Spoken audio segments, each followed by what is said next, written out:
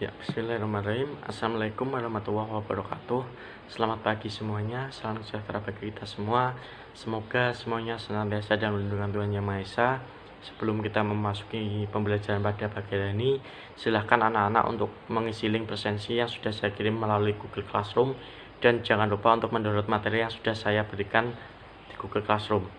Ya, selanjutnya pada pertemuan kali ini kita akan membahas tentang materi pelaksanaan demokrasi di Indonesia. Ya, untuk KI-nya bisa dilihat di PPT yang sudah saya kirimkan. Untuk kompetensi dasarnya adalah mengkaji sistem dan dinamika demokrasi Pancasila sesuai dengan Undang-Undang Dasar Negara Republik Indonesia tahun 1945. Dan untuk tujuan pembelajaran pada hari ini, setelah mengikuti serangkaian kegiatan pembelajaran pada hari ini, siswa diharapkan mampu mengidentifikasi pelaksanaan demokrasi di Indonesia pada berbagai kurun waktu. Yang kedua, menganalisis periodisasi perkembangan demokrasi di Indonesia. Ya, selanjutnya dari anak-anak mungkin masih ingat dengan materi minggu lalu, sistem demokrasi yang ada di Indonesia. Mungkin dari anak-anak ada yang ingat apa itu sistem demokrasi yang ada di Indonesia? Ya, betul sekali. Indonesia menganut sistem demokrasi Pancasila. Ya, mungkin dari anak-anak ada yang masih ingat demokrasi atau pengertian dari demokrasi. Ya, secara umum demokrasi adalah kekuasaan dari rakyat, oleh rakyat, dan untuk rakyat. Ya, selanjutnya dari anak-anak mungkin ada yang tahu ini gambar apa? Ini adalah gambar reformasi. Peristiwa ini terjadi pada tahun 1998. Peristiwa ini adalah salah satu pelaksanaan demokrasi di Indonesia. Ya, selanjutnya, apakah menurut anak-anak Indonesia ini sudah termasuk negara yang demokratis? Ya, secara normatif Indonesia merupakan negara demokratis dapat dilihat dari konstitusinya.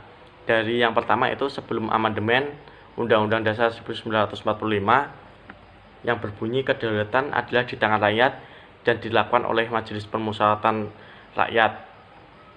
Yang kedua, Undang-Undang Dasar 1945 sesudah diamandemen berbunyi kedaulatan berada di tangan rakyat dan dilaksanakan menurut Undang-Undang Dasar.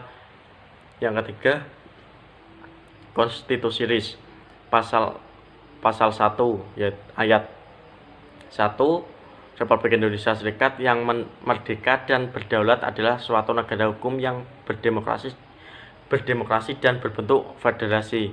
Ayat 2 berbunyi kekuasaan kedaulatan Republik Indonesia Serikat dilakukan oleh pemerintah bersama Dewan Perwakilan Rakyat dan Senat.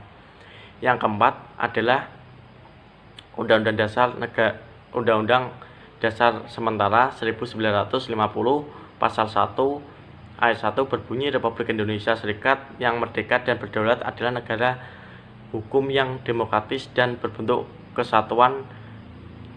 Pada ayat 2-nya berbunyi tentang kekuasaan kedaulatan Republik Indonesia Serikat dilakukan oleh pemerintah bersama-sama Dewan Perwakilan Rakyat.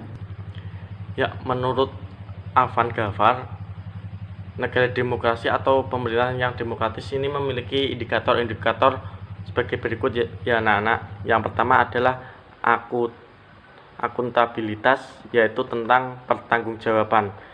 Artinya setiap pemegang jabatan yang dipilih oleh rakyat harus dapat mempertanggungan kebijakan dan kehendak yang telah ditempuhnya.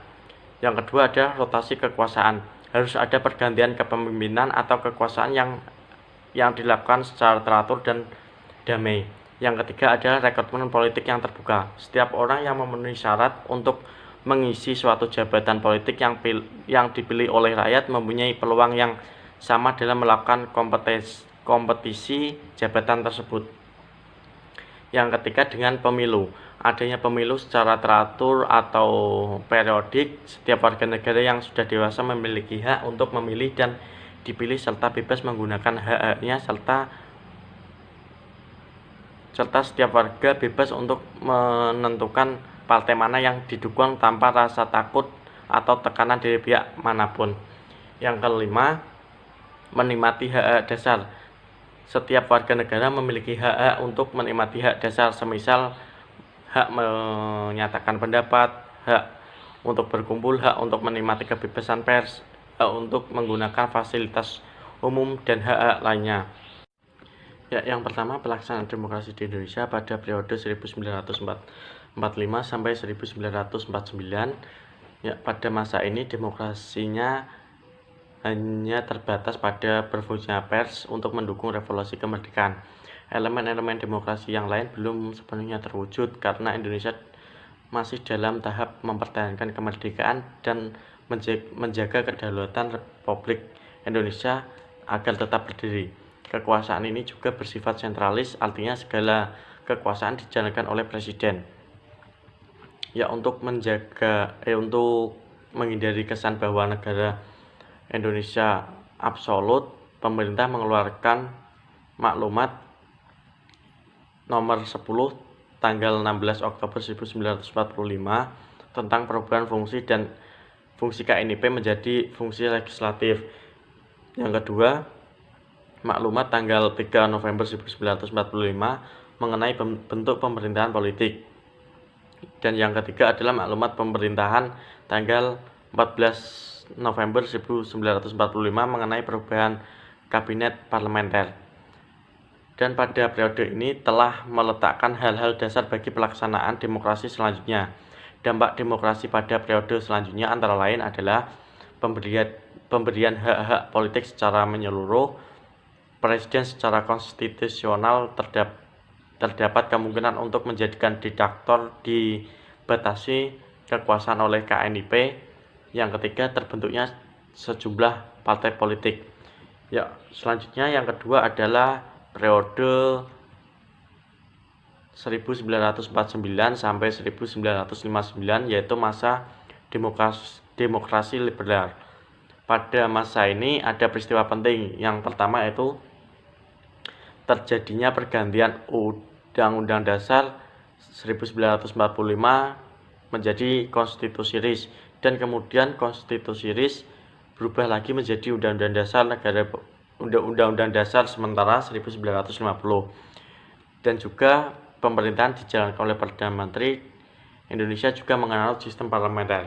Untuk pelaksanaan demokrasi parlemen memainkan peran yang sangat tinggi dalam proses politik. Diperlihatkan dengan adanya sejumlah mosi tidak percaya kepada pihak pemerintah. Untuk melibatkan kabinet harus meletakkan jabatannya meskipun dalam beberapa bulan, seperti IL Juanda Kartajaya yang diberhentikan dari parlemen. Selanjutnya adalah akuntabilitas. Pemegang jabatan dan politisi umumnya sangat tinggi. Yang ketiga adalah kehidupan kepartean. Berkembangnya secara optimal, menganut sistem multipartai, di mana hampir 40 partai terbentuk dalam tingkat otonomi yang sangat tinggi dalam proses rekrutmen dalam pengurus dan pimpinan partainya maupun dalam pendukungnya. Yang keempat adalah pemilu 1955, dilaksanakan dengan prinsip demokrasi. Kompetensi antara parpol berjalan dengan intensif dan sportif. Pemilih dapat menggunakan hak pilihnya tanpa ada tekanan dari pihak manapun. Yang kelima adalah hak dasar masyarakat dihormati. Masyarakat dapat merasakan hak-hak dasar tidak dikurangi, misal hak berserikat ataupun hak berkumpul, kemudian hak untuk mengikuti pemilihan umum. Masyarakat juga merasakan kebebasan pers dan kebebasan bermasyarakat dapat melakukan tanpa adanya rasa takut untuk menghadapi resiko, sekalipun mengkritik pemerintah dengan keras. Misal dari Halim, mantan Perdana Menteri, yang menyatakan surat terbuka tentang kritikan terhadap sejumlah langkah yang dilakukan Presiden Soekarno. Yang keenam, daerah mendapatkan otonomi dengan asas desentralisasi. Hal ini untuk mengatur hubungan antara pemerintah pusat dengan pemerintah daerah. Akan tetapi dalam praktek demokrasi pada masa ini dinilai gagal karena yang pertama, dominasinya partai politik. Yang kedua, landasan sosial ekonomi yang lemah.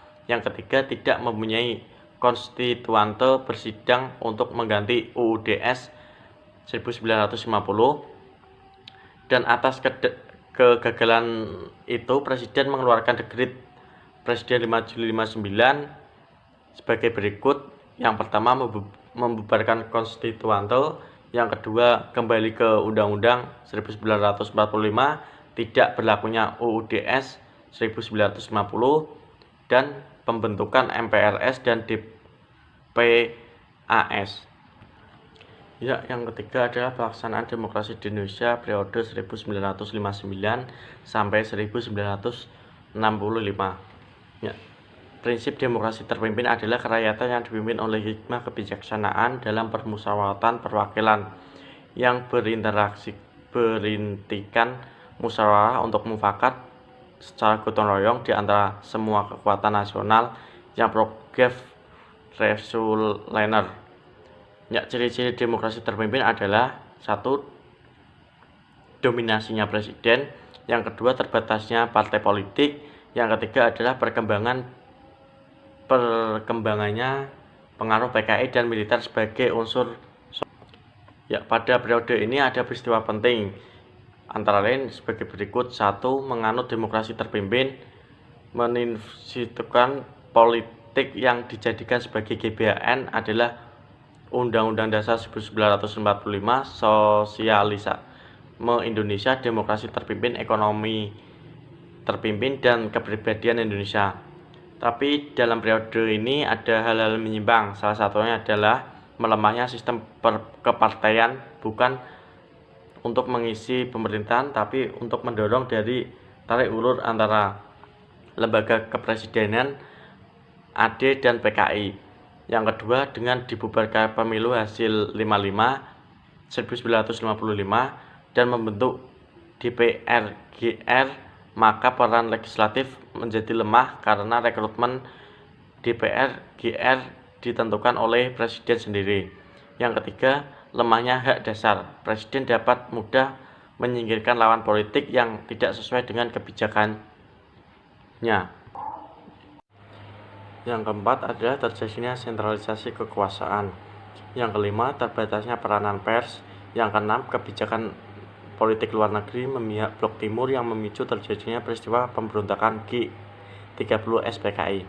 Ya, yang keempat adalah pelaksanaan demokrasi di Indonesia periode 1965 sampai 1998, yaitu masa Orde Baru. Peristiwa ini ditandai dengan surat perintah 11 Maret 1966, yaitu tentang demokrasi Pancasila dengan sistem presidensil. Yang kedua, Orde Baru bertekad melaksanakan Undang-Undang Dasar 1945 dan Pancasila secara murni dan konsisten. Yang ketiga, membangun di segala bidang melalui Pelita 1, 2, 3, 4, dan 5. Pemerintah Orde Baru juga berhasil menyelenggarakan pemilu pada tahun 1971, 1977, 1982, 1987, 1992, dan 1997. Ya, pada periode ini merupakan harapan masyarakat Indonesia untuk mewujudkan negara yang lebih baik dan demokratis. Tapi kenyataannya tidak ada perubahan yang signifikan dari kehidupan politik Indonesia. Semisal kekuatan politik dilemahkan dan dijinakkan, kekuasaan politik yang bebas dan benar diperjuangkan, demokrasi disingkirkan, sehingga kekuatan yang tidak dimiliki komitmen sebagai kontrol sosial. Pemerintah tidak memberikan check and balance di mana hal tersebut dijadikan prasyarat demokrasi. Ya, dalam periode ini menuai kegagalan. Yang pertama adalah tidak adanya rotasi kekuasaan eksekutif kecuali pada jenjang yang lebih rendah seperti gubernur, wali kota, camat, dan kepala desa. Walaupun ada perubahan selama Orde Baru, perubahan ini hanya terjadi pada wakil presiden. Yang kedua ada rekrutmen tertutup.